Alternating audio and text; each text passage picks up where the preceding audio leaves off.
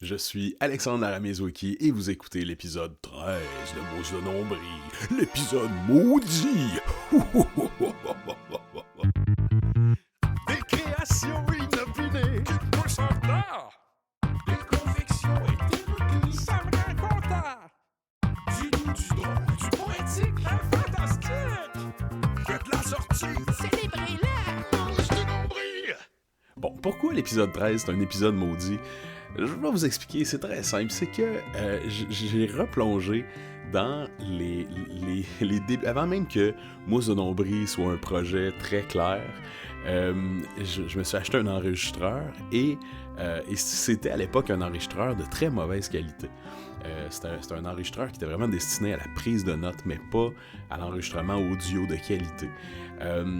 Ce qui fait que pendant quelques semaines, j'ai enregistré des mousses. Puis à l'époque, je savais même pas. Je vous dis, là, ce que vous allez entendre dans les prochaines minutes, c'est vraiment la voûte, c'est les archives, c'est les enfants de la télé de Mousse de Nombril. Fait que, il va falloir que vous me pardonniez la qualité du son qui est terrible. Si c'est la première fois que vous tombez sur Mousse de Nombril, commencez par les premiers épisodes, puis tu sais, le temps que vous attachiez au projet, parce que sinon, ça se peut que vous me détestiez. Vraiment, c'est pas le meilleur audio, mais il y a quand même des belles choses. Vous allez assister à des premières fois, avant même que ça soit l'épisode 1. C'est comme c'est the beginning. Bon épisode, maudit. La fois où j'ai envoyé un message au musicien Antoine Montero pour lui partager un terrible flash que j'ai eu pendant la nuit pour la chanson d'intro. Ce flash ne sera pas retenu. Je suis fatigué, c'est la nuit, puis là, c'est ça, je me suis réveillé, je te reparle de vive voix. Mais genre le...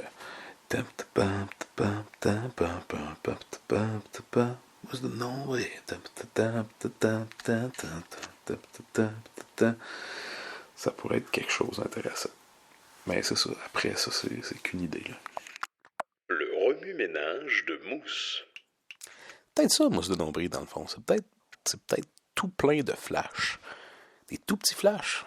Peut-être ça. Je sais pas encore c'est quoi. Le café équitable. Et dans le fond, j'ai acheté du café équitable, puis sur le sac, il y a un code QR, puis on te propose de retracer son origine, mais en gros, ce qui est écrit, c'est juste « Suivez ce café ». Chauffeur, mettez toute la gomme et rattrapez-moi cette graine de voyou. Allez, foncez-lui dessus, on va le percoler, cette là au créma onctueux. Les patates sourires. Fait que j'ai fait cuire des patates McCain sur une plaque, tu sais, des patates sourires, là. Ils ont vraiment toutes l'air contentes, sauf une. Puis, je peux pas m'empêcher d'essayer d'imaginer son histoire, tu sais. Mais dans le fond, patate qu'elle a juste une mauvaise journée. La bébite mystérieuse. Fait que tantôt, pendant que je parlais à mon collègue Antoine, il y a une grosse bébite. Je me suis rendu compte qu'il y a une grosse bébite qui me montait sur le bras. Puis là, instinct de survie, tu sais, j'ai comme botté la bébite avec mon autre main. Puis elle a revolé dans mon sac à dos. C'est ça, je l'ai cherché, je l'ai pas retrouvé. C'est comme le sac à dos de Schrödinger. Je sais pas si la bébite est encore vivante, je sais pas si elle est morte, je sais pas c'est quoi la bébite, mais j'ai un petit peu peur qu'elle sorte, qu'elle rentre dans mon oreille puis qu'elle ponde des œufs. Bah, peur rationnelle, là. Maman, j'ai raté l'avion. Je suis quand même vraiment content de m'être acheté une enregistreuse. Quand même motte, une enregistreuse. Je sais pas si il y en a parmi vous qui avaient écouté Home Alone dans le temps. Puis le petit gars, il y avait une enregistreuse grise, là. C'est ça que j'avais demandé à Noël, là. Je la voulais, cette enregistreuse-là. Là. Puis je l'ai eu, puis je capotais, là, parce que tu pouvais changer ta voix avec. C'était débile. Puis après ça, ben, tu sais, on a eu des téléphones intelligents, puis tout. Mais là, je me suis acheté une enregistreuse, puis je me sens, pour vrai, comme le petit gars dans Home Alone.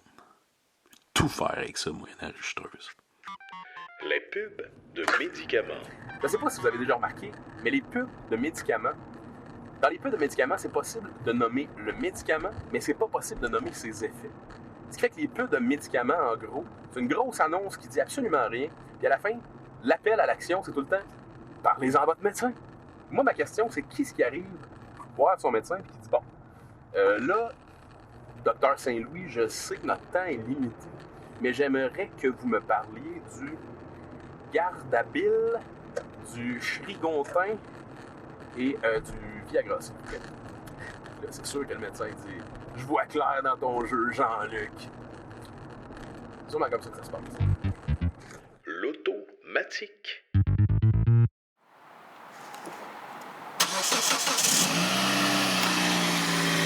Mon démarreur à distance est hypersensible, si bien que aussitôt que je me penche, mes clés frottent sur mon démarreur à distance, puis mon auto s'allume. Alors, c'est ça. C'est un peu comme un chien, tu sais, quand je sors dehors puis je vois que mon auto est déjà allumé. Tu sais, c'est comme un chien content qui se fait à la queue puis qui est là. Tu sais, t'ouvres la porte, il est là, il t'attend. C'est un peu ce rapport-là que j'ai avec mon auto, à cause de mon démarreur à distance hypersensible. Le cahier analogique. Un bon indicateur que t'es fatigué, c'est quand tu ranges tes affaires puis que tu appuies sur le bouton du coin supérieur droit de ton cahier de notes en pensant que c'est un iPad. Il n'a pas de bouton. C'est un cahier de notes. Ça va bien aller.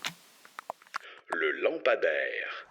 Je sais pas si vous avez déjà remarqué en marchant le soir, lorsqu'il y a des lampadaires, hein, puis qu'il y a des arbres qui sont plus bas que les lampadaires, mettons que vous regardez en haut, ben, la lumière dessine sur les branches des cercles concentriques. Ça donne l'impression que la lumière sculpte les arbres. C'est un peu comme la vie, tu sais. Notre perspective de la vie est sculptée par la lumière qu'il y a derrière. Bon, en réalité, avec cette phrase-là, tout ce que je souhaite, c'est que dans 2000 ans, quelqu'un la reprenne dans un livre pour faire caca, à côté d'une grande citation de Lao Tzu. Allez dans votre camp. Le jeu de mots. Dans la catégorie jeu de mots, là, fais-moi un jeu de mots avec gun à colle. Who you gonna call? Ghostbuster! L'investigation de la balançoire. Bon, on est présentement au parc. Le parc est recouvert de neige, mais les balançoires sont accessibles. Puis là, on était un petit peu en mode true crime. Parce que ça fait une couple de semaines que le soir, vers à peu près 11h, on entend... Il y a quelqu'un qui se balance le soir. Puis on s'est rendu compte qu'en effet, il y avait des traces qui menaient à une balançoire en particulier. Puis là, on analysait les traces de pieds, tu sais. Et ça semble être une personne adulte avec de très grands pieds. On vous revient là-dessus. On investigue. Hashtag True Crime. La personne que vous attendez en arrière, c'est Théodore qui se balance. L'affiche. Au parc, il y a de l'équipement sportif qui est à disposition de tous, là, c'est du matériel de musculation puis d'entraînement qui fonctionne sans électricité, qui est disponible au public. Puis, ce qui est drôle, c'est qu'il y a une petite affiche qui dit, par mesure de sécurité, cet équipement est réservé aux personnes de 12 ans et plus. Et j'ai l'impression que c'est probablement l'avertissement le moins respecté que j'ai vu de toute ma vie. En réalité, il y a des modules de jeu aussi au parc, mais il n'y en a aucun qui est aussi populaire que l'équipement d'entraînement pour adultes. Le crime inexcusable. J'ai une gourde de marque Consigo. Le nom Consigo, ça sonne comme une danse espagnole. Mais c'est pas de ça que je veux te parler, c'est que c'est une gourde. En fait, c'est l'affaire la plus badass que j'ai faite de ma vie, là. Dans un magasin à grande surface qu'on nommera pas, là. Puis c'est ça, j'étais au rayon des gourdes. Puis j'en ai spoté une qui était à mon goût, tu sais. Mais le problème, c'est ça, c'est que je voulais avoir une bouteille avec une paille dedans, tu sais, qui flippe. Tu sais, la paille, elle flippe sur le dessus. Je sais pas si tu vois ce que je veux dire. Le bout de la paille flippe, puis la paille reste dedans, bien entendu. Mais la gourde que je voulais, tu sais, il y avait comme deux modèles pareils, sauf le bouchon. Tu sais, il y a un bouchon que tu pèses sur le bouton, Puis faut que tu lèves ta gourde pour boire. Puis il y a l'autre que c'est une paille qui va dans le fond. Puis moi, c'est celle avec la paille dans le fond que j'avais spoté. Mais t'es pareil, tu sais, c'est exactement fait pareil que l'autre gourde. Sauf que l'autre gourde était une espèce de fini de marbre imprimé. Ça me tentait moins, tu sais. Ben, l'affaire la plus badass que j'ai faite de ma vie, ça a été de switcher le bas de la gourde. Ou le haut, là, selon la perspective. Fait que c'est ça. Puis l'autre affaire, ben, c'est ça. C'est que cette gourde-là, là, mettons, quand tu pèses sur le bouton, là, bien souvent, il y a une goutte qui te revole dans la face. Ça, je pense que c'est le karma qui se venge, mais goutte à goutte. Walt Disney World. Fait que, juste à côté de chez nous, il y a une école secondaire. Puis quand on fait notre petite marche en famille avec les enfants, on passe souvent devant. Puis sur le terrain de l'école secondaire, il y a un gros container. Puis probablement que c'est un projet d'art plastique, mais il est couvert de graffitis colorés. Puis aujourd'hui, on est passé devant. Puis là, Théo, il m'a regardé. Puis il a dit: Papa, est-ce que c'est ici Walt Disney? J'ai trouvé ça adorable. Puis j'ai vraiment failli dire oui pour sauver 10 000 $ dans 10 ans. Expression énigmatique. Moi, je suis le genre de personne qui va sûrement très mal vieillir. Tu sais, j'ai tendance à créer des conversations dans plein de moments qui ne requièrent pas qu'on crée des conversations. Tu sais, je suis comme un cultivateur de small talk. Puis ça, c'est sûr qu'il y a du monde à qui ça tape ses nerfs. Mais qu'est-ce que tu veux, je fais de même. Tu sais. Fait que, tantôt, j'étais en train de mettre de l'essence dans mon auto. Puis à côté de moi, au poste à côté de moi, il y a un monsieur qui essayait de mettre de l'essence, puis ça cliquait, puis ça décliquait, puis ça cliquait, puis ça décliquait. Tu sais, ça marchait pas, ça embarquait pas. Puis pendant un bon 10 secondes, ça faisait clic, déclic, clic, déclic. Fait que je suis allé payer, puis quand je suis revenu, j'ai croisé le monsieur, puis là, j'ai dit Hi, la pompe vous a donné du fil à retordre, hein? Et à ce moment-là, le monsieur de me répondre tout simplement, très gentiment oui! Mais j'ai compris, puisqu'il y avait un accent, que le monsieur était probablement hispanophone. Puis là, je me suis dit, est-ce qu'il a compris mon expression du fil à retordre? Puis après ça, je me suis dit, hey, du fil à retordre, drôle d'expression. Ça vient d'où, ça? Un vent de fraîcheur. Savais-tu qu'il existe 2 sortes de pets? En fait, il y a les pets puis il y a les vesses. Puis l'un des deux, que c'est juste de l'air qui s'est ramassé de manière inopinée dans ton système digestif. Puis il y a l'autre que c'est le produit de la fermentation. Vraiment pas la fermentation, le procédé, là, mais c'est pour ça, tu sais, il y en a qui puent puis il y en a qui puent pas. Péter, dans le fond, là, c'est une roulette russe. L'appel de la nature. Fait que, en ce moment, je vais vous partager un grand moment de vulnérabilité. J'ai une fulgurante envie de et je prends ma marche quotidienne. Puis sur mon trajet, il y a une toilette chimique à côté d'un magasin.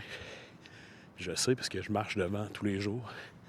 Et là, je me suis dit, c'est mon moment de salvation. Je l'ai vu de loin, là. J'étais peut-être à 200 mètres.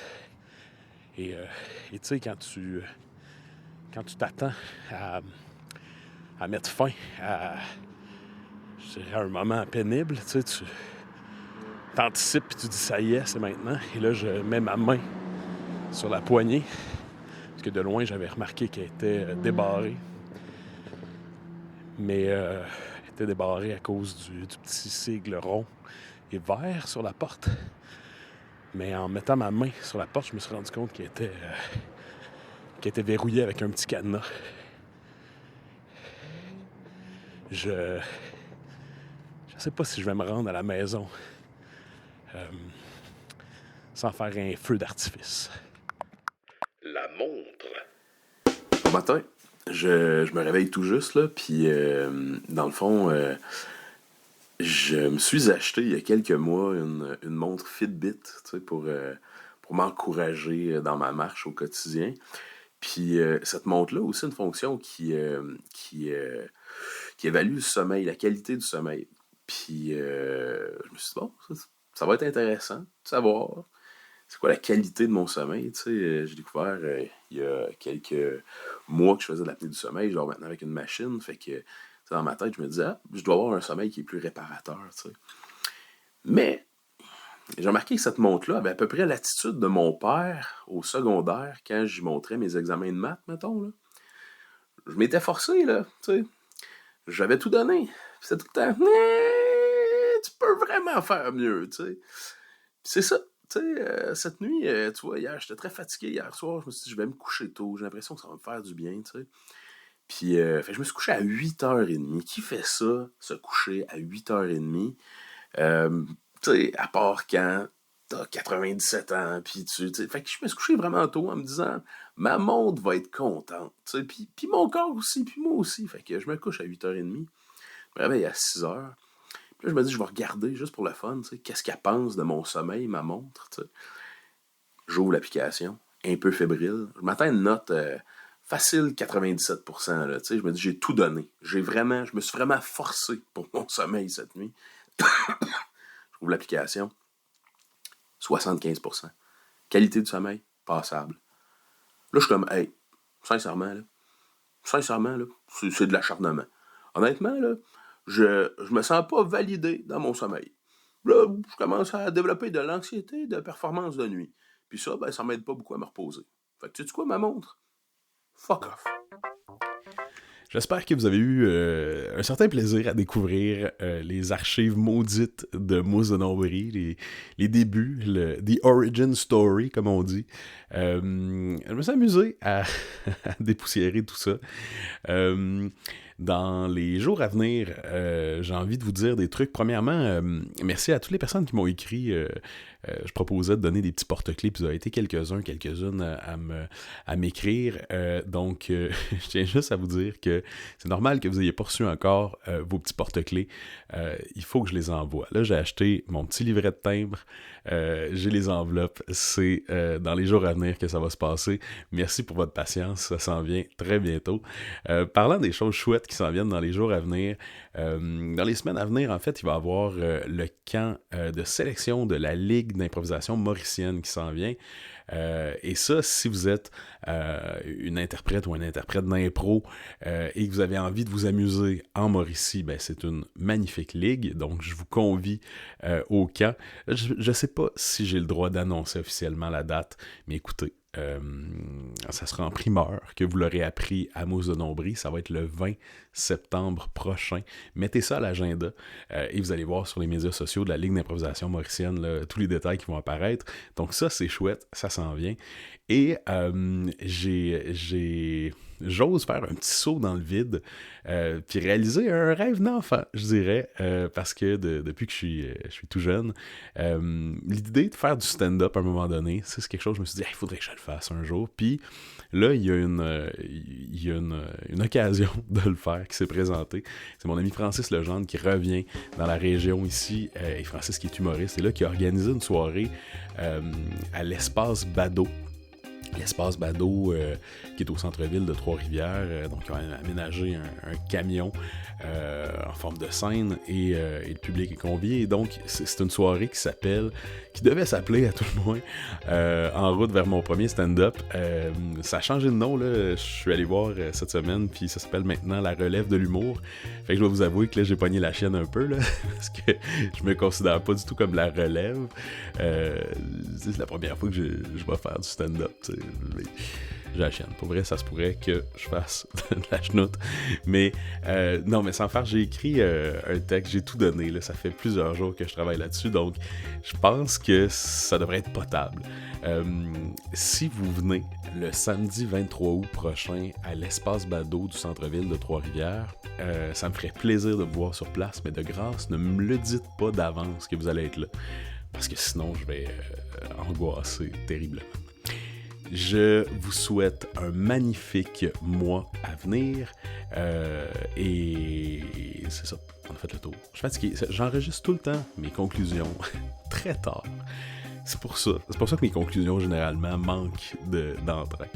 Un merci tout particulier à Wan Jong-hwa pour la petite musique de début. Merci énormément à mon ami Antoine Montero qui avec qui j'ai enregistré la musique d'intro de Mousse de Nombril. On a eu énormément de plaisir à faire ça. Il faudrait que je retrouve la vidéo originale où on a fait l'enregistrement. J'ai fait du ménage sur mon cell, je sais pas si ça existe encore, mais si je la retrouve, ça c'est un beau moment d'archive aussi. Si vous avez aimé Mousse de Nombril, je vous invite à donner un gros 5 étoiles sur la plateforme où vous en faites l'écoute et à me laisser des commentaires, ça me réchauffe tout le temps le cœur. Je vous souhaite un magnifique mois et on se retrouve très bientôt pour un autre épisode de Mousse de Nombril.